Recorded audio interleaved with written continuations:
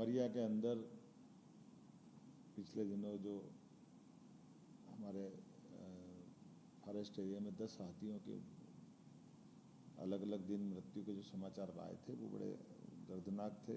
शासन ने पूरी गंभीरता के साथ इसमें अपने वन मंत्री श्रीमान दिलीप अहिरवार जी और वरिष्ठ अधिकारियों को भेजा था। उनसे प्रारंभिक जो रिपोर्ट प्राप्त हुई है उसमें अभी तक की जानकारी में कोई अलग से कीटनाशक या कोई ऐसी घटना जिसमें कोई दूसरा पक्ष इन्वॉल्व हो अभी तक तो नहीं आई है, लेकिन पोस्टमार्टम की रिपोर्ट वो अभी 2-3 दिन में आना बाकी है।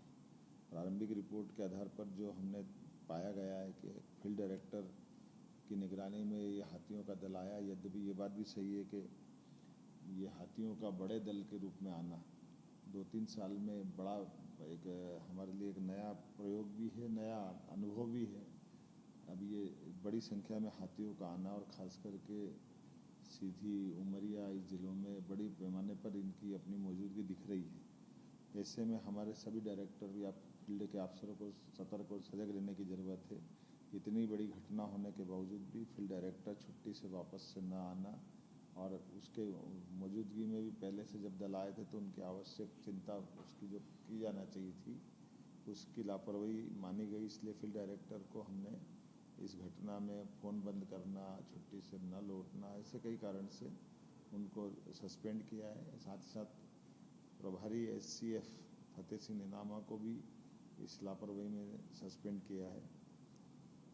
ये बात भी सही कि हाथी के लिए हमारे जो बांधवगढ़ और बाकी जितने भी रिजर्व फॉरेस्ट हैं वो बड़े आकर्षक स्थिति में है, क्योंकि हमारा जो अंदर का प्रबंधन बहुत उत्तम प्रकार का है। इसलिए अब हाथियों के दल ने जाना बंद कर दिया। पहले वो छत्तीसगढ़ से अन्य राज्यों से आते और चले जाते थे, लेकिन अभी मान के चल रहे हैं कि यहाँ बड़े पैमाने पर हाथियों ने डेरा डाला है जो मध्य प्रदेश की बाकी फॉरेस्ट की गतिविधि का एक हिस्सा बन गए। ऐसे में स्वाभाविक रूप से हमको इनका स्थायी प्रबंधन के लिए विभाग शासन के स्तर पर ये निर्णय कर रहा है कि हमारे लिए हाथी टास्क फोर्स बना करके इनके हमारे बाकी वन्य प्राणियों के साथ उनको कैसे क्या क्या करना चाहिए, कैसे कैसे सावधानी रखना चाहिए, इसलिए एक दीर्घकालीन योजना बनाने का भी हमने निर्णय किया है, जिसमें अन्य राज्यों की बेस्ट प्रैक्टिसेस को शामिल किया जाएगा। और जो हाथियों के बड़े राज्य हैं एक तरह से कर्नाटक और केरल, असम, यहाँ हम अपने अधिकारियों को भेजेंगे ताकि सह अस्तित्व की भावना के आधार पर हाथियों के साथ बफर एरिया, कोर एरिया में बाकी का जनजीवन भी प्रभावित नहीं हो और हाथियों को भी कोई सुरक्षा में खतरा नहीं हो। इस पे हमने गंभीरता के साथ विचार किया है। एक बात देखने में ये भी आई है कि जो नज़दीक के बफर एरिया के बाहर के हमारे जो मैदानी इलाके की जो फसलें हैं उसमें सोलर फेंसिंग या सोलर पैनल की फेंसिंग करा करके उनकी फसलें सुरक्षित करें ताकि हाथी फसल नष्ट न कर पाएँ और मनुष्यों के लिए भी वो सुरक्षा का काम करेगी। तो एक तरह से हमने किसानों के लिए इस तरह से वन विभाग से कहा कि ऐसे इलाकों में कहाँ कहाँ खेती हो रही है उनको कैसे बचा सकते हैं, और ये दोनों तरफ प्रकार से हमारे लिए चिंता का भी है लेकिन जागरूकता का भी एक बड़ा विषय बनेगा। इसलिए हाथी मित्र के भी एक दल बनाने का निर्णय किया ताकि बफर क्षेत्र में ग्रामीण समुदाय की भागीदारी हाथी और मानव के सहअस्तित्व को स्थायी कर सके, उनको सुनिश्चित कर सके, ताकि ये एक दूसरे के साथ जीना सीखना पड़ेगा। अब ये कटु सत्य है।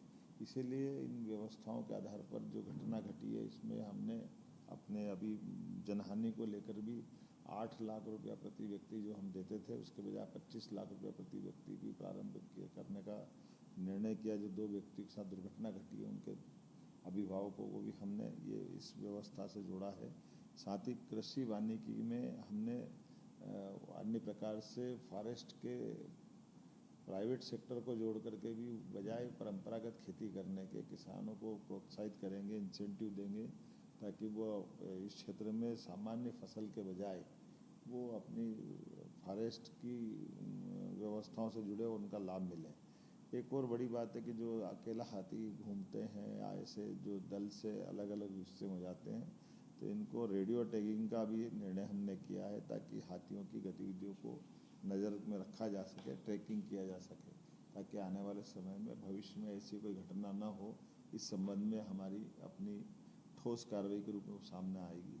हम और ऐसे कई उपायों के लिए कई विशेषज्ञों को बुलाना चाह रहे हैं जो इस घटनाओं की पुनरावृत्ति होने से रोकने में मदद करेंगे। मेरी अपनी ओर से आप सबके माध्यम से ये अपील भी है कि हाथियों का दल अब स्थायी रूप से मध्य प्रदेश के अंदर रहने लगा है, तो जिन जिन जिलों के अंदर ये हाथियों की बसाहट हो गई है इनके लिए हम प्रबंधन कर रहे हैं जिला प्रशासन के माध्यम से। वहाँ भी जन जागरण के अभियान भी चलाएंगे, जन जागरूकता के माध्यम से जानकारी भी देंगे और कोशिश करेंगे कि जैसे मध्य प्रदेश के अंदर टाइगर या अन्य हमारे प्राणी स्थायी निवास करते हैं और एक तरह से अब ये हमारे जंगल के हिस्सा बन गए, तो आने वाले समय में इस प्रकार का फॉरेस्ट भी हम डेवलप करेंगे जिसमें हाथियों की बसाहट के साथ सहअस्तित्व की हमारी भावना पुष्ट हो सके। मैं अपनी ओर से सरकार के नाते से इस बात के लिए मैंने वन मंत्री भारत सरकार से ही बात की है कि वो इस संबंध में हमारा मार्गदर्शन करें ताकि हमारा फॉरेस्ट विभाग इस संबंध में और ठोस कार्रवाई किस प्रकार से करे। मैं उम्मीद करता हूं कि दोबारा ऐसी घटना न होगी। इस घटना का मुझे भी दुख है।